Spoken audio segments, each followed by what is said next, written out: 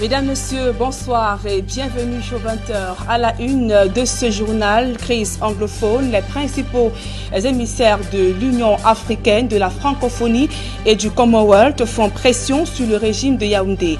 Les émissaires de la communauté internationale demandent au gouvernement de mettre sur pied des mesures urgentes pour mettre fin au conflit armé qui secoue les régions du nord-ouest et du sud-ouest, de même qu'ils appellent à une implémentation des recommandations du Grand Dialogue national. La synthèse de ce communiqué final, c'est à suivre au cœur du 20h.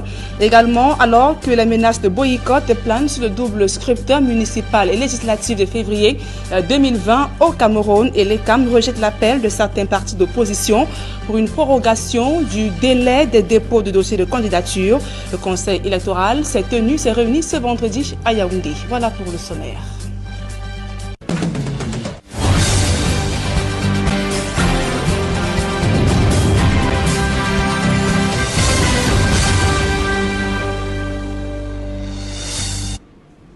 Mesdames, Messieurs, une fois encore, bonsoir et merci d'honorer ce rendez-vous de l'information sur Equinox Télévision. Le Conseil électoral rejette les demandes de l'opposition pour une prorogation des délais de dépôt des candidatures aux municipales et législatives au Cameroun. Réunis ce vendredi à Yaoundé, l'organe en charge des élections au Cameroun se donne donc 10 jours pour examiner les dossiers. Plus de précisions dans ce reportage de Joël Essengay de Guizoro. Une pirouette s'en a l'air, alors que les journalistes venus assister à la deuxième session de plein droit du Conseil électoral de l'ECAM attendaient un échange avec les dirigeants de l'organe électoral. Ceux-ci se sont contentés d'une déclaration à l'ouverture de leurs travaux au siège de l'ECAM. Il est donc question d'aller à l'examen des dossiers des candidats aux législatives et municipales. Les assises d'aujourd'hui seront exclusivement consacrées à l'ouverture des travaux d'examen et validation de candidatures transmises par la Direction générale des élections, tel que ressort des dispositions des articles 164 à 167 et 181 et à 184 de la loi portant code électoral.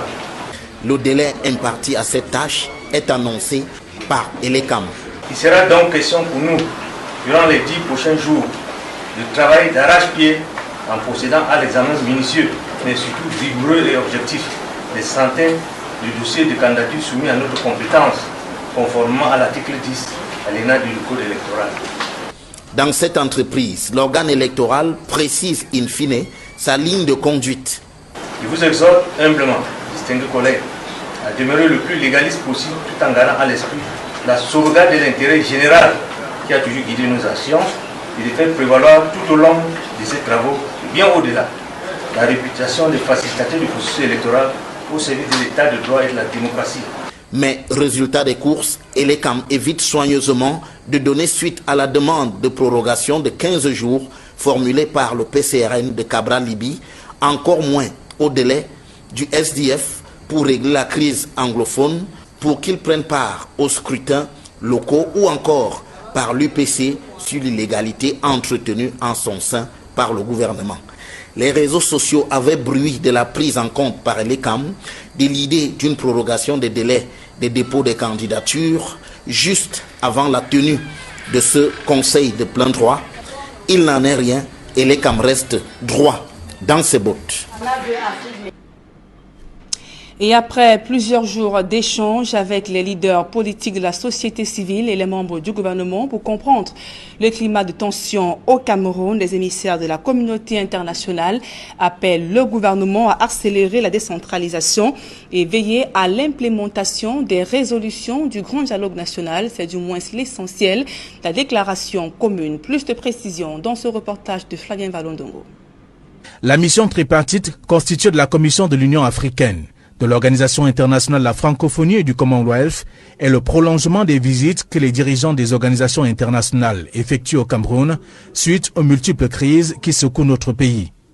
La déclaration tripartite précise que ces organisations défilent dans notre pays dans le but d'encourager des efforts nationaux en cours pour la mise en œuvre des conclusions du Grand Dialogue national et surtout de soutenir la pacification de la situation qui prévaut dans nos régions, la consolidation de la paix, la cohésion et l'unité nationale dans un pays convoité par des industriels. Tout en appréciant la convocation du grand dialogue national, les hôtes du Cameroun ont insisté sur la mise en route des prescriptions étatiques, notamment la décentralisation, le statut particulier du nord-ouest et du sud-ouest. Ces derniers ont également manifesté le désir de voir se dérouler le double scrutin du 9 février prochain dans la transparence, la paix et l'unité nationale. Moussa Faki Marmat et son équipe ont émis le vœu de voir mis en œuvre les conditions idoines pour le rétablissement de la paix et surtout la reprise d'une vie normale dans les régions touchées par la crise. Et sur place à Douala, de nombreux commerçants des marchés New Deido, Congo ainsi que Mbopi ayant perdu de nombreuses marchandises dans les incendies qui ont frappé ces espaces marchands n'ont pas du tout réservé un accueil chaleureux ce jour au ministre de la Décentralisation. Ils dénoncent les injustices subies et s'insurgent contre les frais exigés en vue de leur recasement sur le nouveau site du marché Congo où la pose de la première pierre a eu lieu ce jour. Le reportage de Steve Eboulé et de Michel Ngatiouf. 9 mois après l'incendie survenu au marché Congo, les commerçants sont toujours aux abois et attendent leur recasement au lieu d'ITSF au quartier Nebel. C'est un vaste espace à même de contenir des milliers d'installations. Ici, des morses doivent être construites pour abriter des milliers de victimes de l'incendie, malgré les exigences de la communauté urbaine ayant un autre site est celui du marché des chèvres, ce qui crée des grincements des dents. On a eu des notifications avant-hier qu'on doit nous déporter au marché des chèvres auquel on nous demande 250 000 pour construire. Vraiment, ces 250 000, personne n'en a pour donner. Qui vous le demande? J'ai une notification comme par le délégué. Dans un communiqué signé du délégué du gouvernement auprès de la communauté urbaine de Douala, Dr Frin Tonen somme les commerçants de s'acquitter impérativement dans les meilleurs délais de ces frais et les commerçants ne cessent de dire leurs frustrations et leurs attentes ici au marché Congo. Si on pourra tenir compte des sinistrés, ça va nous faire vraiment bonne chose parce que même les boutiques ont conçu, si on met à un haut prix, nous ne serons plus à mesure de prendre ces boutiques. Dans la tournée du ministre de la Décentralisation et du Développement local à Douala, en vue d'évaluer les projets en cours de réalisation par la commune urbaine, un autre arrêt est celui du marché New Deido où l'accueil n'a pas été chaleureux.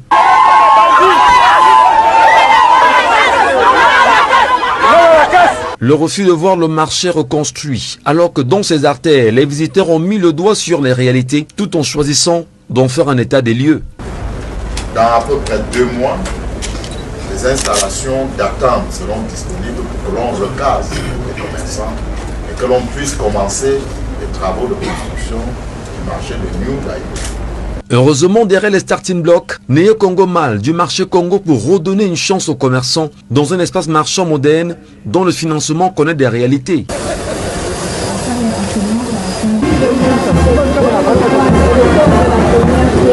C'est nous qui avions arrangé le financement de 20 milliards qui va permettre la naissance de ces le Congo Mall.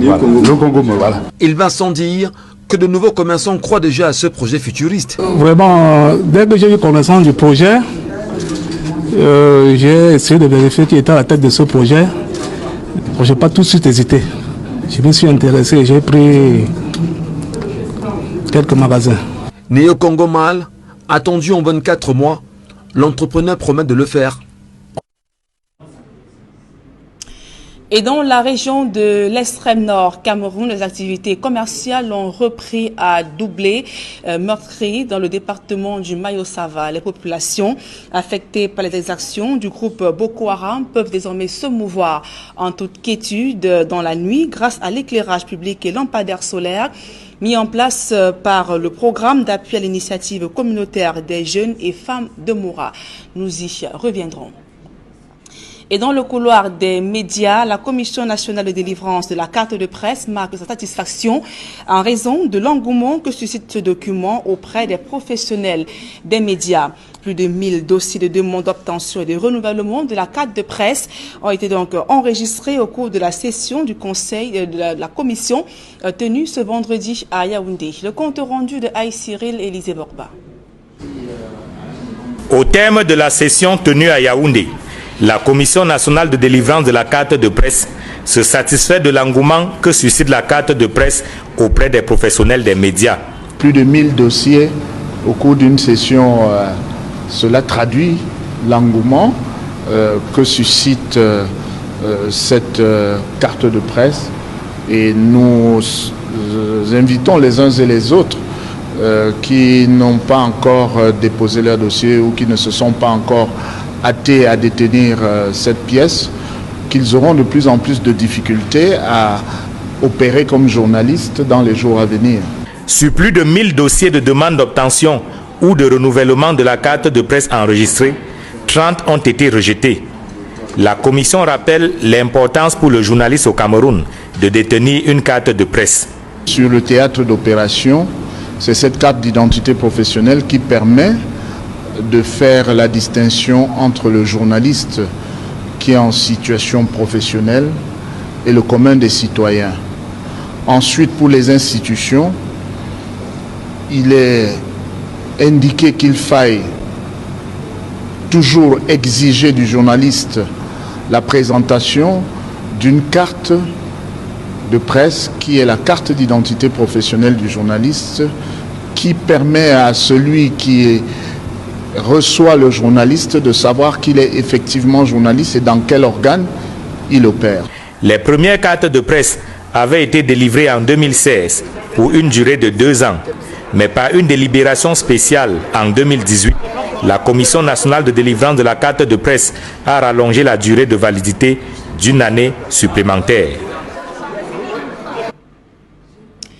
Plus de 2000 emplois directs et indirects créés et une plus grande importante contribution du secteur minier au budget de l'État. Telles sont les principales retombées attendues de l'exploitation de la petite mine de Colomine dans la région de l'Est, dont la convention d'exploitation a été signée ce jour entre le gouvernement représenté par le ministre des Mines et l'entreprise camerounaise Codias. Le projet donc devrait également contribuer au développement de l'arrondissement de Ngoura, riche en gisements d'or. Suivant dans cette réaction du ministre Gabriel Ndoké au micro d'Equinox Télévision. Les retombées, comme vous pouvez le constater, sont de plusieurs ordres. D'abord, ressources alternatives pour l'État. Les ressources minières vont désormais être pour notre pays une ressource budgétaire, en ce sens que cette exploitation qui a commencé va se poursuivre.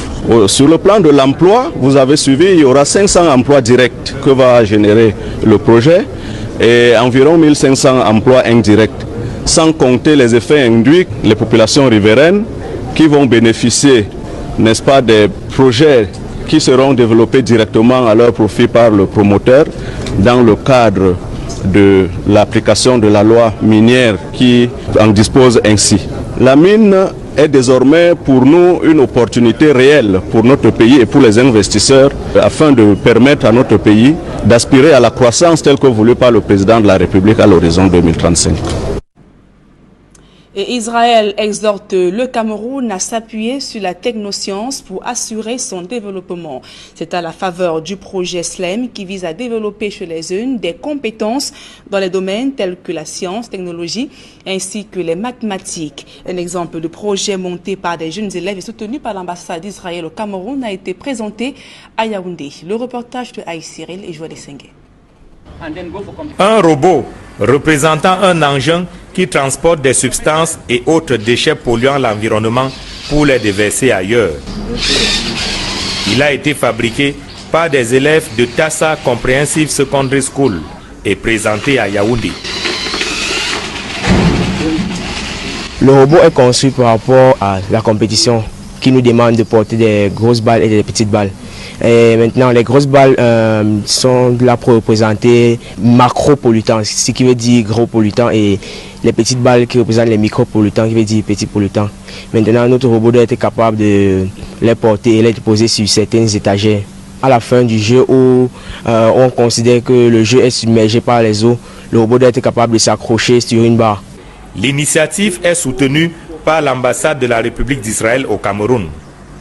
À travers le robot, les élèves démontrent leur maîtrise des domaines tels que la science, la technologie, l'ingénierie et les mathématiques.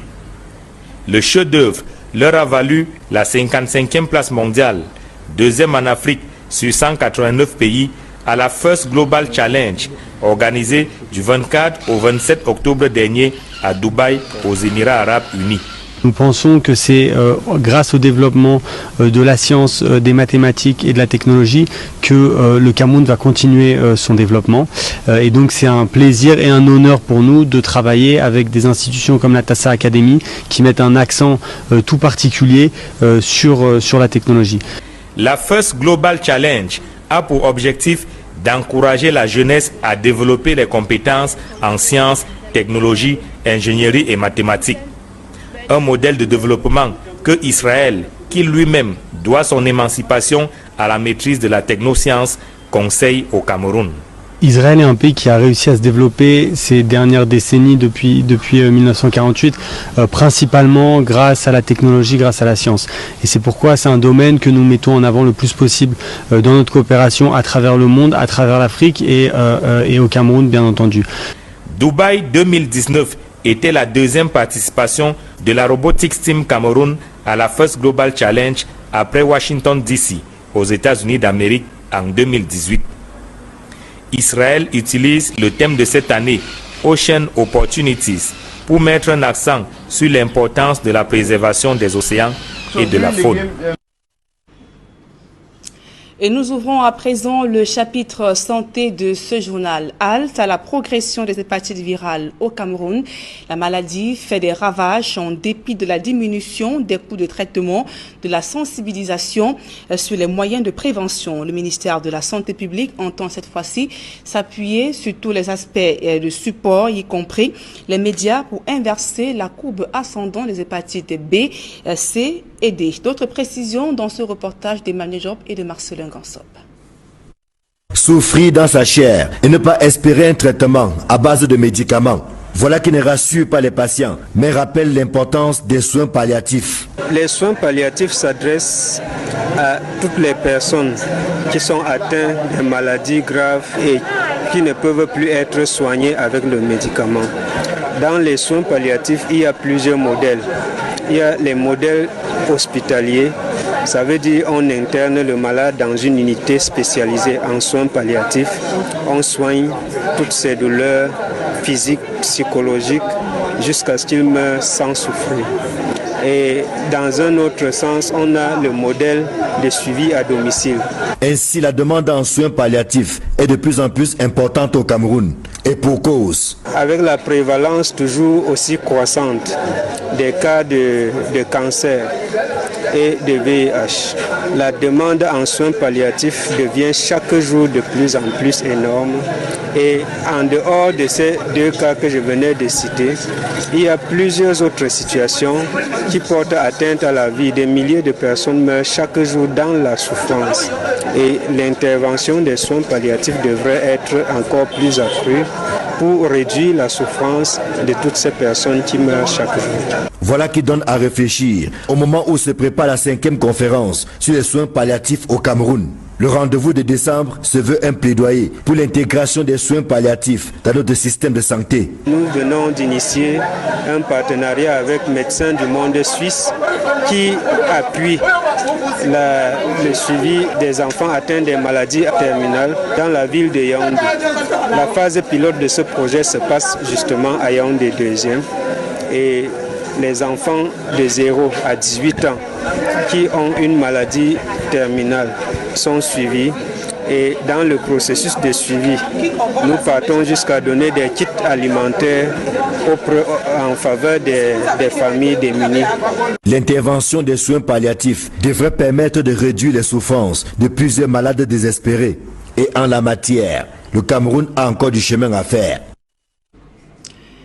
À présent, en image sur votre petit écran, les dépouilles des 3 élèves du lycée de Mandjo décédés dans un accident de la circulation alors qu'ils rentraient des classes il y a quelques jours. Leurs camarades et enseignants ont rendu hommage ce jour dans la cour du lycée de Mandjo après la mise en biais qui a eu lieu à Konsamba, chef-lieu du Mungo. Précisons que c'est à bord d'une moto que les 3 élèves et le conducteur avaient été heurtés par un camion. À présent, se publie reportage le village Obak et ses environs connectés au réseau MTN à la Rural Star Solution. Ce dispositif qui fonctionne à l'énergie solaire est implémenté à proximité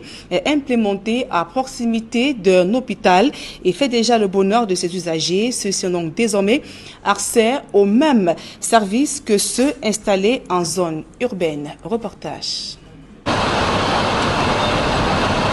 Situé à Okola, dans le département de la Léquié, le village Obak est désormais connecté au réseau MTN. Le leader de la téléphonie mobile vient d'y installer un équipement baptisé Rural Star Solution. Une solution simple, pratique et adaptée qui permet aux populations environnantes de jouir des mêmes avantages et de bénéficier des mêmes services que celles installées en milieu urbain. L'équipement que vient de visiter une équipe de la direction générale de MTN Cameroun est implanté à un jet de pierre de Maghrabi ICO, Cameroun Eye Institute, un hôpital de référence dédié à la prise en charge des maladies oculaires. Une aubaine pour les patients, mais également pour le personnel qui y travaille. Je viens aussi d'apprendre, et je ne le savais pas, qu'au-delà de l'accès au réseau téléphonique MTN, il y a aussi des possibilités, surtout en ce qui nous concerne. Nous sommes très intéressés à la télémédecine. Et la télémédecine, c'est plusieurs choses. C'est les cours à distance depuis l'étranger. C'est des consultations conjointes entre nos experts ici et des experts du monde entier. Obak fait partie de la trentaine de villages déjà couverts par la Rural Star Solution. Plus que jamais, MTN Cameroun accroche les zones rurales dans sa politique d'extension du réseau. Dans notre grand projet d'approcher les communautés qui n'ont pas toute la capacité d'être aussi dans un centre urbain, nous avons cette nouvelle solution qui fait partie au fait des 30 premiers que nous avons installés au Cameroun, qui permet à moins de coûts, parce que ça utilise les plaques solaires, de mettre le réseau, même avec une capacité de 3G à la disposition d'une communauté qui en a besoin, et qui également profite de beaucoup d'éléments venant au fait des centres urbains, notamment des activités de mobile money, browser sur Internet, d'avoir les informations, tout ça. Science tenante, en visitant les infrastructures de l'hôpital et en échangeant avec les populations, des essais ont été faits pour s'assurer que le dispositif fonctionne à merveille et que le village Obak est effectivement connecté au reste du monde grâce à MTN Cameroun. Fin de ce journal. Mesdames et messieurs, merci pour votre aimable attention. Dans un instant, le débrief du journal avec Serge Alain Otto et ses invités sur le plateau d'Equinox Soir. Serge Alain. Voilà, Nadine Niambou, on va revenir essentiellement dans cette deuxième partie du journal du Equinox Soir sur le rejet par le Conseil électoral du délai de prorogation de 15 jours pour le dépôt des dossiers de candidature. Cette demande qui a été formulée, on s'en souvient, par le PCR1 de Cabral Libye. Ce sera donc l'essentiel de cette deuxième partie de Equinox Soir. Bonne soirée à vous, Nadine Yambou. Bonne soirée à vous, Serge Alain. Et bon week-end surtout. Hein. Merci. Rendez-vous vendredi 20h. Exactement, Serge Alain. Voilà, madame, monsieur, dans un instant, la suite. Equinox Soir.